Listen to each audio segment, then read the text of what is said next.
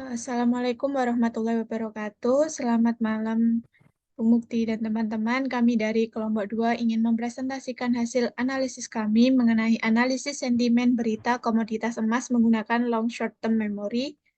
Kami dari kelompok 2.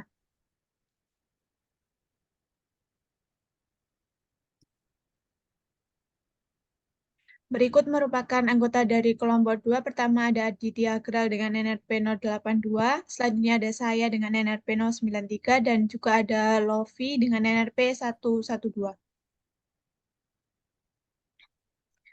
Latar belakang dari studi kasus yang kita ambil di sini yaitu kami menggunakan dataset yang berasal dari kumpulan berita untuk pasar komoditas emas yang sudah dianotasi secara manual.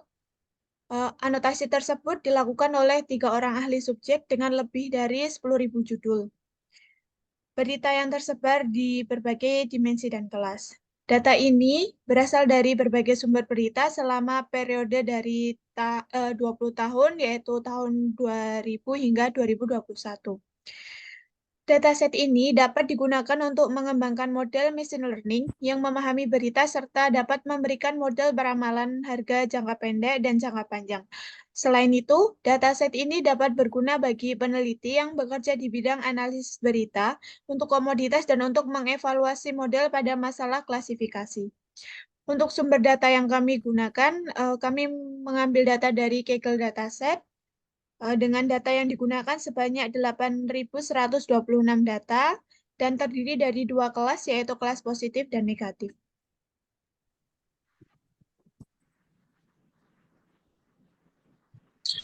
Iya, selanjutnya metode yang kita gunakan adalah analisis sentimen dan juga LSTM.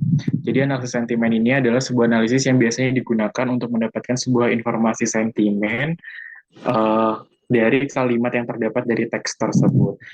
Untuk LSTM sendiri adalah jenis arsitektur jaringan saraf RNN yang dirancang untuk mengatasi masalah vanishing gradient dalam pembelajaran jangka panjang. LSTM memiliki unit memori khusus yang memungkinkan untuk menyimpan informasi dalam jangka waktu yang lama dan mempertahankan atau menghapus informasi ini sesuai dengan kebutuhan, di mana dengan menggunakan gate seperti for gate gate, input gate, dan juga output gate, LSTM dapat mengontrol aliran informasi dalam dan keluar dari unit memori, memungkinkan pembelajaran dari data urutan yang panjang dan kompleks.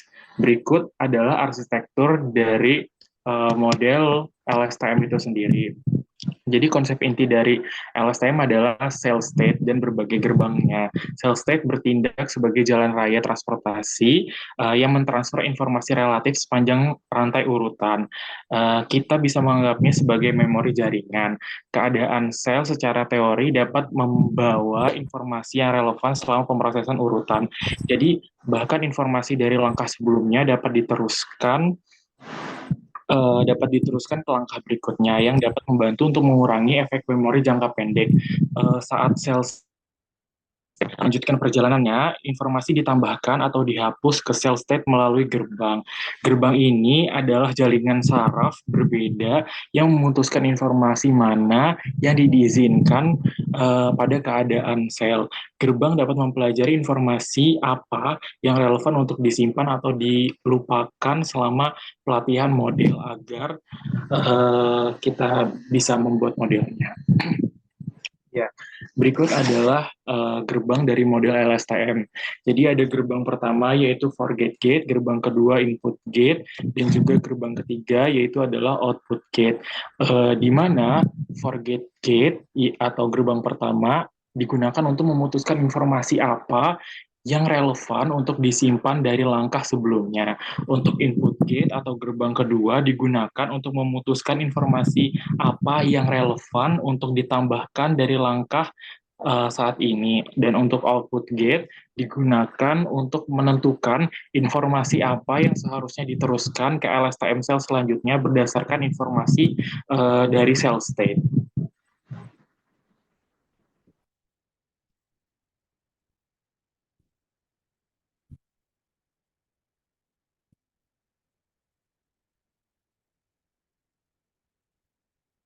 Berikutnya adalah karakteristik data. Yang pertama di sini ada distribusi sentimen.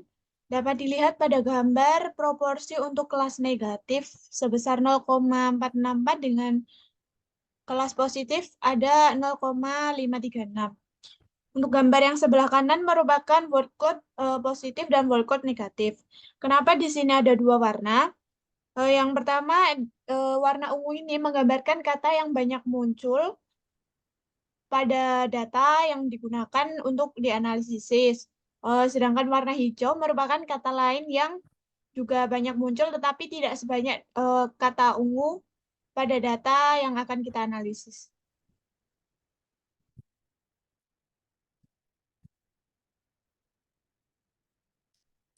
Selanjutnya adalah proses untuk menganalisis sentimen. Seperti proses untuk mengolah data terstruktur, pada umumnya diawali dengan preprocessing. Preprocessing yang kita lakukan sendiri ada dari tiga proses, yaitu yang pertama adalah case folding. Case folding ini untuk merapikan teks dengan menghilangkan angka, tanda baca, lalu merapikan teksnya menjadi huruf kecil semua, lalu menghilangkan spasi yang berlebih, dan menghilangkan kata-kata yang singkatan kurang formal atau tidak baku. Selanjutnya adalah dilakukan tokenizing atau membuat token-token dengan berdasarkan jumlah frekuensi kemunculan yang paling banyak. Lalu yang terakhir adalah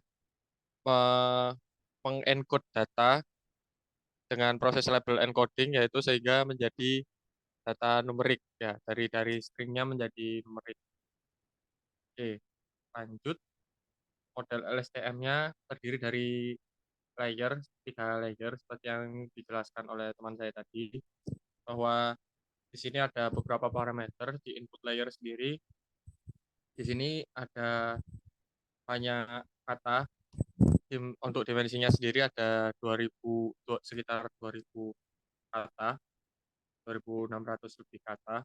Lalu untuk di hidden layer-nya sendiri, di sini ada dua parameter yaitu units dan dropout. Untuk dropout sendiri ditambahkan untuk mengurangi resiko overfit dengan nilai 0,5. Lalu untuk output layernya sendiri, oh ya, untuk units itu tadi yang di hidden layer ada 64. Lalu untuk yang output layer, di sini unitsnya sendiri ada dua, yaitu kelas positif dan kelas negatif, sentimen positif ataupun sentimen negatif. Untuk fungsi aktivasinya sendiri menggunakan fungsi softmax.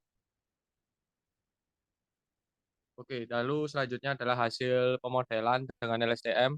Di sini dapat dilihat untuk grafik loss-nya sendiri itu mengalami penurunan seiring dengan semakin banyaknya epochnya. Di sini dapat dilihat bahwa akurasinya juga meningkat berbanding terbalik dengan loss-nya atau berbanding terbalik dengan loss-nya selama epochnya meningkat. Lalu didapatkan hasil model seperti yang tertera di layar.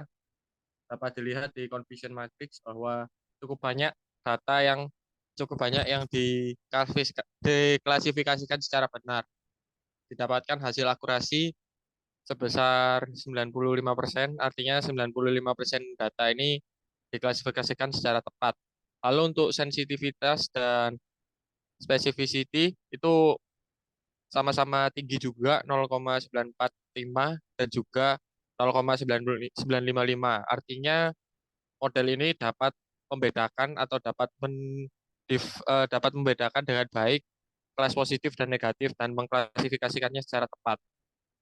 Lanjut, kesimpulan yang kita dapatkan adalah dari seluruh data dari 8.126 data terdapat 53,6% yang memiliki sentimen positif, sedangkan sisanya merupakan berita atau data dengan sentimen negatif terhadap harga emas. Hasil model LSTM ini sendiri sudah cukup baik didasarkan pada akurasi model sebesar 95,2%, lalu didukung dengan sensitivity, specificity, serta AUCROC sebesar 95%. Dengan keempat dengan ketiga metrik ini, sensitivity, specificity, serta AUCROC yang cukup tinggi mengartikan bahwa model ini dapat membedakan kelas positif dan negatif dengan cukup baik dan mengklasifikasikannya secara tepat dengan ketepatan yang cukup tinggi. Baik, sekian presentasi dari kelompok 2. Kami ucapkan mohon maaf jika ada kesalahan kata maupun kesalahan yang lainnya. Wassalamualaikum warahmatullahi wabarakatuh. Assalamualaikum warahmatullahi wabarakatuh. Untuk video lanjutan dari presentasi kelompok 2, selanjutnya kami ingin memaparkan mengenai tutorial bagaimana mengolah data menggunakan metode LSTM dengan bantuan software RStudio. Iya, berikut adalah tahapan dari atau sintaks yang kita gunakan untuk melakukan analisis sentimen harga berita menggunakan LSTM. Jadi di sini yang pertama adalah kita import package-nya dulu. Ada beberapa package yang harus kita import. Untuk yang pertama itu ada untuk data wrangling, terus text processing, cross validation, machine learning menggunakan LSTM, dan juga machine learning evaluation buat confusion matrix-nya. Lalu ini kita import dataset-nya. Ini kita melihat dataset-nya terlebih dahulu. Lalu karakteristik data yang digunakan adalah di sini menghitung jumlah kelasnya, kelas positif dan kelas negatifnya. Lalu di sini membuat plot untuk kedua kelas tersebut.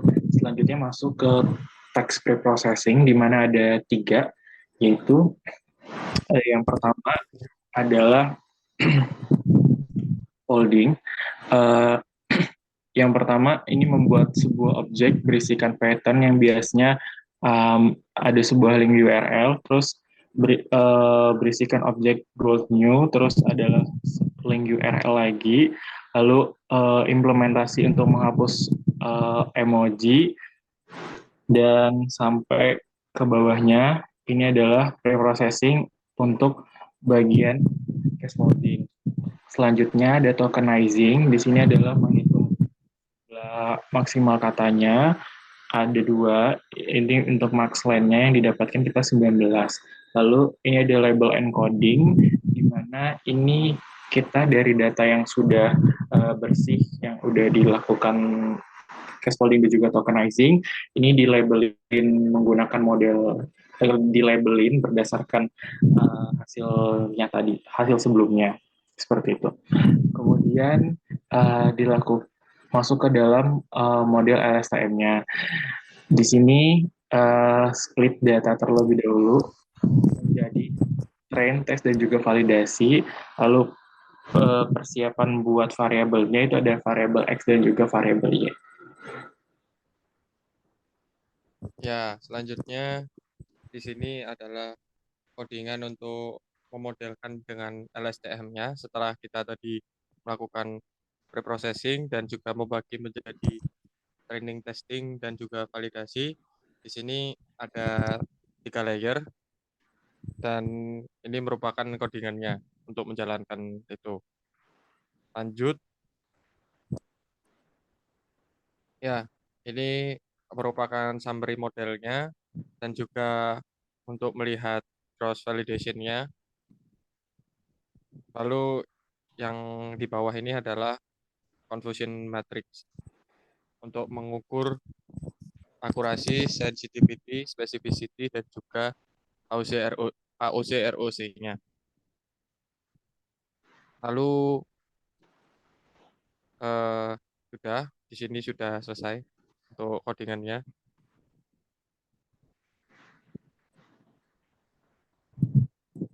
Baik, terima kasih atas perhatiannya.